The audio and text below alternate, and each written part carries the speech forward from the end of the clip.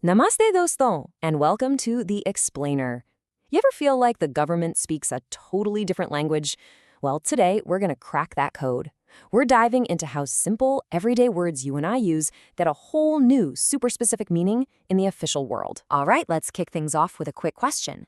We all hear the word cabinet on the news constantly, but what's its actual official Hindi name? Is it A, Mantri Samu, B, Mantri Dal, or C, Mantri Mandal? Think about it for a sec, because the answer really shows you why every single word counts in the language of government. So, first up in our explainer, one word, two meanings. This is where we see how words we think we know get a brand new official ID card. And the answer is C, Mantri Mandal. If you got that right, great job. See, this is what I mean by precision. In government, cabinet isn't just some casual group of ministers. No, it's specifically the Mantri Mandal, that core group of senior ministers who are actually making the big policy decision. And that leads us to a really, really important difference. The cabinet, the Mantri Mandal, is like the small, powerful inner circle. But that inner circle is part of a much bigger team called the Mantri Parishad, or the Council of Ministers. That includes everybody: cabinet ministers, state ministers, you name it. Legally, the difference between the small Mantri Mandal and the huge Mantri Parishad is absolutely massive. Okay, next up, we're decoding officialese. We're going to look at the secret hierarchy that's hiding in words we use all the time. You'll see how words like senior and junior mean something completely different from what you'd expect. Just think about senior and junior. In day-to-day life, that's all about age, right? He's senior to me, she is my junior. But in government service, forget about age. It has nothing to do with it. It's all about one thing and one thing only: your rank. So the official word for senior is varsht, and this strictly means a higher rank in the pecking order. A varsht adhikari, or a senior officer, could actually be younger than the people working under them. Their rank is what makes them varsht, not their birthday. And on the flip side, the counterpart for junior is kanisht. Again, it's all about a lower rank. So a junior accountant is officially a kanisht likhakar. In the world of government, your seniority comes from your title, not your timeline. Now, all of these officials, the varisht and the kanisht, they all work within this massive system that we call the bureaucracy, or in Hindi, Naukarshahi.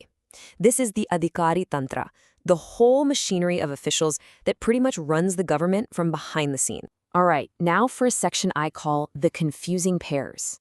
These are words that might seem similar, but in the official rulebook, they mean completely different things. And mixing them up, that can lead to some serious problems. This table is a perfect example. Let's take deputation.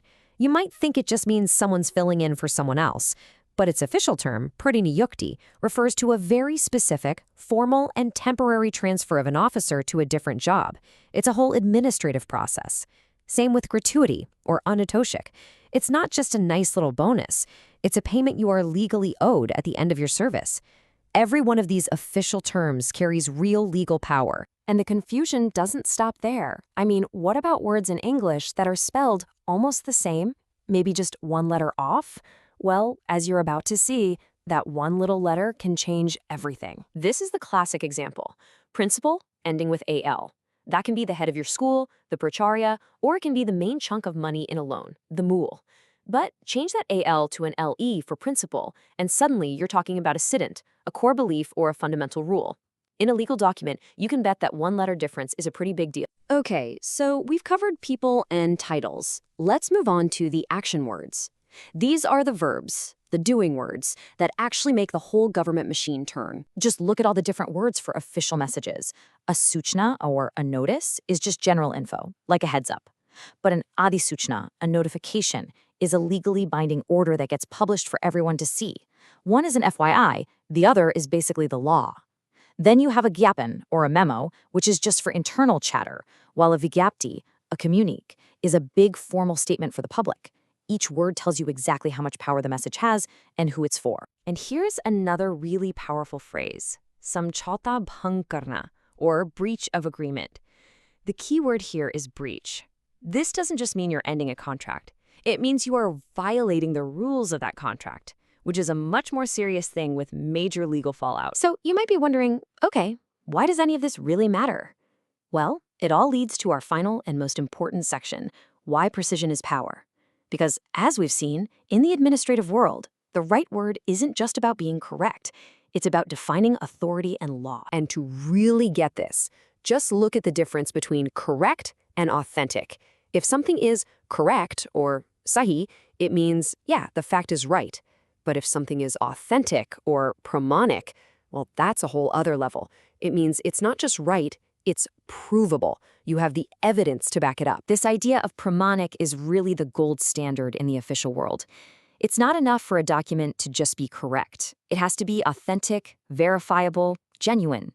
In any court of law or government office, that's the standard that matters most. And it all comes down to this idea you see on the screen. Sarkari dunya mein sahi shabd sirf sahi nahi, shaktishali hota hai. Which basically means, in the world of government, the right word isn't just correct, it's powerful. It's the language that builds the entire structure of authority, rights, and responsibilities. So, I'll leave you with this final thought. अब आप सरकारी भाषा को किस नज़र से देखेंगे? How will you look at official language differently now? The next time you see a government notice or form, maybe you'll see the hidden layers of meaning, precision, and power in every single word. Thanks for joining The Explainer.